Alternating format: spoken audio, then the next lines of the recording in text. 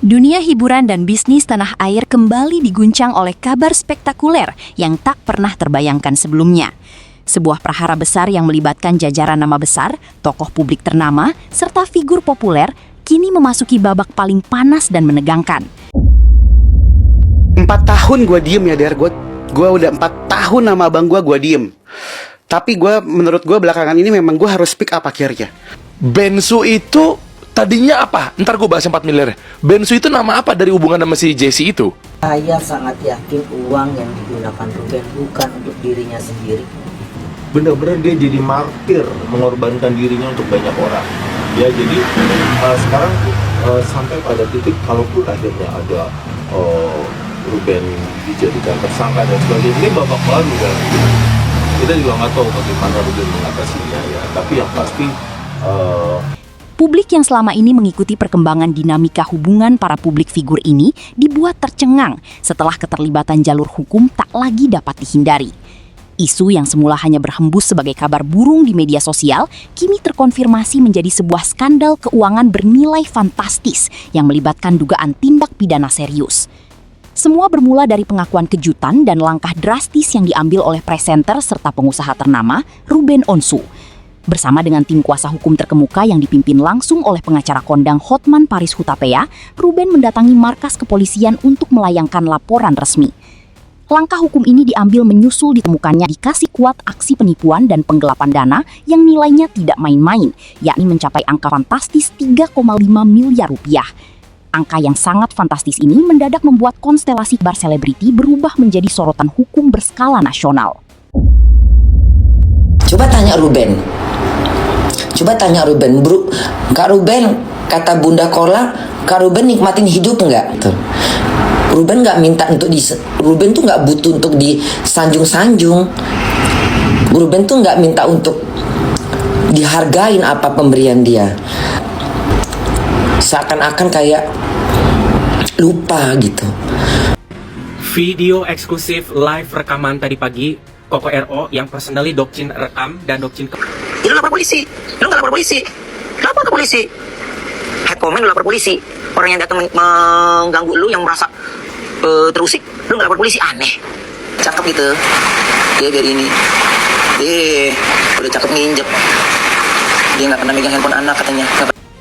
Namun, kejutan terbesar yang benar-benar meruntuhkan ingatan publik bukanlah sekedar nominal uang yang hilang, melainkan sosok yang diduga kuat berada di balik skenario gelap ini. Berdasarkan berkas dokumen, alat bukti transaksi, dan deretan keterangan saksi yang secara resmi diserahkan ke hadapan penyidik kepolisian, nama Sarwendah bersama Jordi Onsu mendadak terseret ke dalam pusaran utama. Keduanya diduga kuat menjadi dalang utama, serta pihak yang paling bertanggung jawab atas raibnya dana miliaran rupiah tersebut. Bukti-bukti yang dikumpulkan secara tertutup selama berbulan-bulan dari audit internal kini telah berpindah tangan ke pihak berwajib. Hotman Paris Hutapea, dalam keterangan tegasnya di hadapan awak media, menyatakan bahwa berkas perkara yang diserahkan sudah sangat solid dan tak terbantahkan. Berbagai aliran dana, dokumen perjanjian palsu, hingga manipulasi laporan keuangan yang berjalan secara rapi dan tersistematis telah dibongkar secara mendalam. Pihak pengacara menegaskan bahwa tindakan ini bukan lagi sekedar perselisihan paham atau konflik internal keluarga biasa, melainkan sudah murni ranah hukum pidana yang merugikan kliennya secara material dan imaterial dalam jumlah yang amat besar. Itu jawabannya hari ini. Bank Minola keluarkan 41 kali transfer 250 juta. Ada 2 transferan yang jumlahnya 150-an juta. Gue cuman orang luar yang gak kenal Ruben, gak tahu siapa, tapi gue tahu karirnya dia. Dia orang baik. Iya mbak, dia itu udah bangkrut loh. Mangkir loh dia tuh sekolahin untuk bisnis tuh uangnya, tapi dia gak bisa bisnis. Coba, itu yang gue denger 2 bulan yang lalu. Padahal laporannya dari ya semua nggak ada yang menduga, tiba-tiba aja pas jam sekitar setengah jamnya pengumuman dari akun NM mengenai CEO. Setengah jam kemudian pengumuman RS. Kabar mengenai terbongkarnya peranan Sarwendah dan Jordi ini memicu gelombang reaksi dahsyat di masyarakat. Publik seakan tidak percaya bahwa hubungan bisnis dan personal yang selama ini terlihat begitu harmonis dan saling mendukung di depan kamera, ternyata menyimpan keretakan mendalam serta manuver finansial yang sangat merugikan. Sejumlah analisis menyebutkan bahwa modus operandi yang digunakan melibatkan pengalihan aset serta investasi fiktif yang memanfaatkan celah kepercayaan internal. Kepercayaan penuh yang selama ini diberikan Ruben justru diduga disalahgunakan secara terstruktur demi keuntungan pribadi para pelaku. Proses penyelidikan kini resmi bergulir di tingkat kepolisian. Tim penyidik dipastikan akan segera memanggil para pihak terlapor guna menjalani pemeriksaan intensif. Gelar perkara awal pun tengah disiapkan untuk mendalami sejauh mana keterlibatan masing-masing individu dalam skenario penipuan 3,5 miliar rupiah ini. Di sisi lain, pihak Ruben Onsu menegaskan bahwa dirinya telah menutup pintu damai secara kekeluargaan dan menyerahkan seluruh proses serta keputusan akhir sepenuhnya kepada hukum yang berlaku di Indonesia. Langkah berani ini menandai akhir dari teka-teki panjang yang sempat membingungkan publik. Semua spekulasi yang berkembang liar di media sosial kini terjawab dengan fakta-fakta hukum yang disodorkan secara nyata. Ketika bukti-bukti otentik telah berada di tangan penyidik, ruang untuk mengelak semakin menyempit.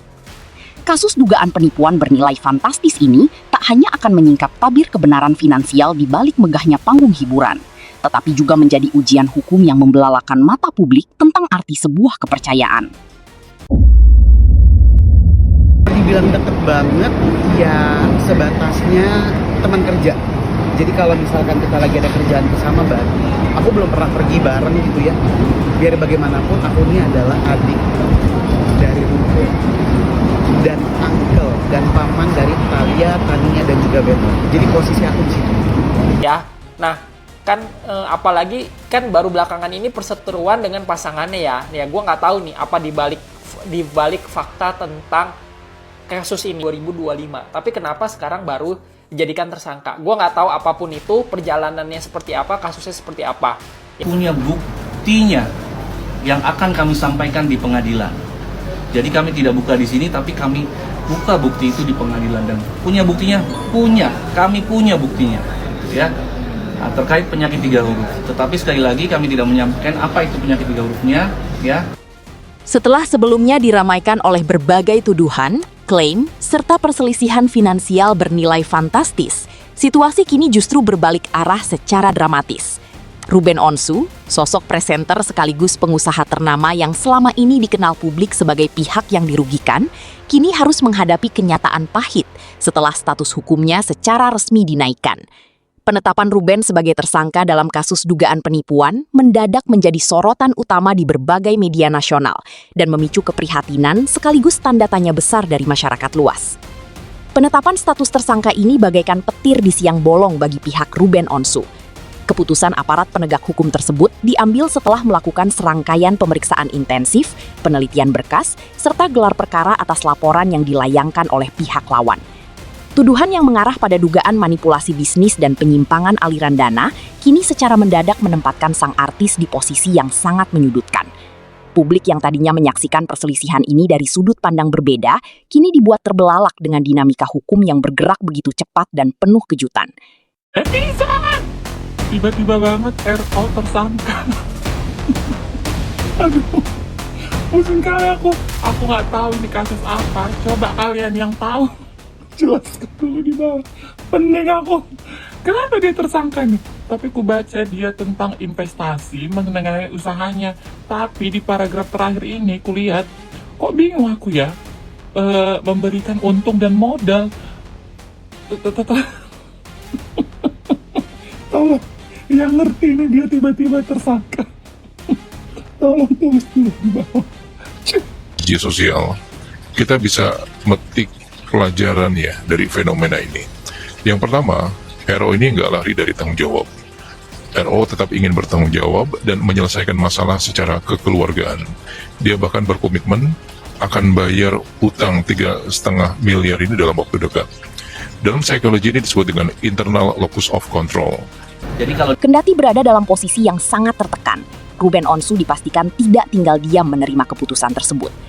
Menghadapi badai hukum yang mengancam reputasi serta karir yang telah dibangunnya berpuluh-puluh tahun, Ruben bersama tim kuasa hukumnya langsung mengambil langkah defensif yang amat agresif. Fokus utama mereka saat ini adalah mengumpulkan dan merapikan seluruh barang bukti balasan untuk membantah setiap poin sangkaan yang disangkakan oleh tim penyidik. Langkah ini diambil guna membuktikan di muka hukum bahwa penetapan status tersangka tersebut didasarkan atas premis atau Sejak pengumuman status hukum tersebut mencuat ke publik, tim penasihat hukum Ruben bekerja secara maraton. Mereka menyisir ulang seluruh dokumen perjanjian kerjasama, rekam jejak transaksi perbankan, mutasi rekening, hingga catatan komunikasi tertulis yang terjadi selama masa kerjasama bisnis berlangsung. Pengumpulan bukti ini dilakukan secara sangat mendalam dan teliti untuk menyusun rekonstruksi fakta versi Ruben. Pihak Ruben meyakini bahwa ada narasi yang terdistorsi dan informasi penting yang sengaja dipotong oleh pihak pelapor, sehingga mengaburkan fakta sebenarnya di lapangan. Dalam keterangan resminya, tim kuasa hukum menegaskan bahwa kliennya adalah korban dari pembentukan opini yang tidak berimbang. Mereka menyatakan bahwa seluruh proses bisnis yang dijalankan Ruben selalu berpedoman pada kesepakatan tertulis serta azas transparansi. Keberadaan dokumen finansial yang sah, bukti transfer, serta laporan audit independen kini menjadi kartu truf yang sedang disiapkan untuk diserahkan ke meja penyidik. Pihak Ruben optimis bahwa apabila seluruh bukti otentik ini diperiksa secara objektif dan menyeluruh, sangkaan penipuan yang dituduhkan akan gugur dengan sendirinya. Menjadi tersangka atas dugaan kasus penipuan dan penggelapan. Nah, kalau yang itu kan saya baru saja mendengar juga. Jadi kalau saya mau berkomentar terlalu banyak itu saya nggak bisa juga, karena kan saya juga nggak begitu tahu masalah ini. Ya, kini harus berhadapan dengan badai baru. Status tersangka dalam kasus dugaan penipuan dan penggelapan dana investasi senilai 3,5 miliar. Ini tersangka ya, bukan terdakwa. Tapi justru yang menjadi penasaran publik, benarkah dia akan dipenjara? Nah, saya tidak akan membaca gosip atau membual ya dengan omong kosong. Tapi saya akan membaca langit menggunakan ilmu niteni serah diri dari angka dan wetonnya RO. Dan saya coba untuk netralnya. Kaos gue udah sama Hart Kumai. Gue mau meramalkan bahwa nanti sidang perebutan hak asuh anak dari Bang Ben dan juga Endah itu pasti dimenangkan oleh Bang Ben. Ini bukan sekedar gosip random ya. Sahabat Koruben ya, Aditya Gumai disebut membocorkan kalau Koruben sekarang punya anak bayi. Yang beredar kabar ini dikaitkan dengan rasa rindu Koruben kepada anak-anaknya. Ya, jadi tengah persoalan keluarga yang belum kelar nih, ya muncul kabar kalau Koruben justru kembali membuka pintu buat seorang bayi. Di sisi lain, perkembangan kasus ini memicu gelombang perdebatan yang sangat sengit di tengah masyarakat dan media sosial. Banyak pihak yang terkejut melihat bagaimana sebuah hubungan bisnis dan personal yang tadinya tampak erat bisa berujung pada pertarungan hukum yang begitu sengit dan terbuka. Para pengamat hukum menilai bahwa kasus ini menjadi contoh nyata betapa rumitnya penyelesaian sengketa keuangan di lingkaran publik figur, di mana batasan antara kerjasama profesional, kepercayaan personal, dan pembuktian hukum formal seringkali menjadi kabur. Proses hukum kini terus berjalan dengan pengawasan ketat dari berbagai pihak. Langkah Ruben Onsu yang berfokus penuh pada pengumpulan bukti otentik menandai awal dari perlawanan hukum yang terstruktur. Pihak Ruben berencana memanfaatkan seluruh hak hukum yang dijamin oleh undang-undang, termasuk membuka peluang untuk mengajukan langkah-langkah pra-peradilan atau menyodorkan bukti-bukti baru yang dapat mematahkan sangkaan penyidik. Perjuangan panjang di ranah hukum ini diprediksi akan berlangsung alot, mengingat kedua belah pihak sama-sama mengklaim memiliki pijakan fakta dan dokumen yang kuat untuk mempertahankan argumen masing-masing di hadapan hukum.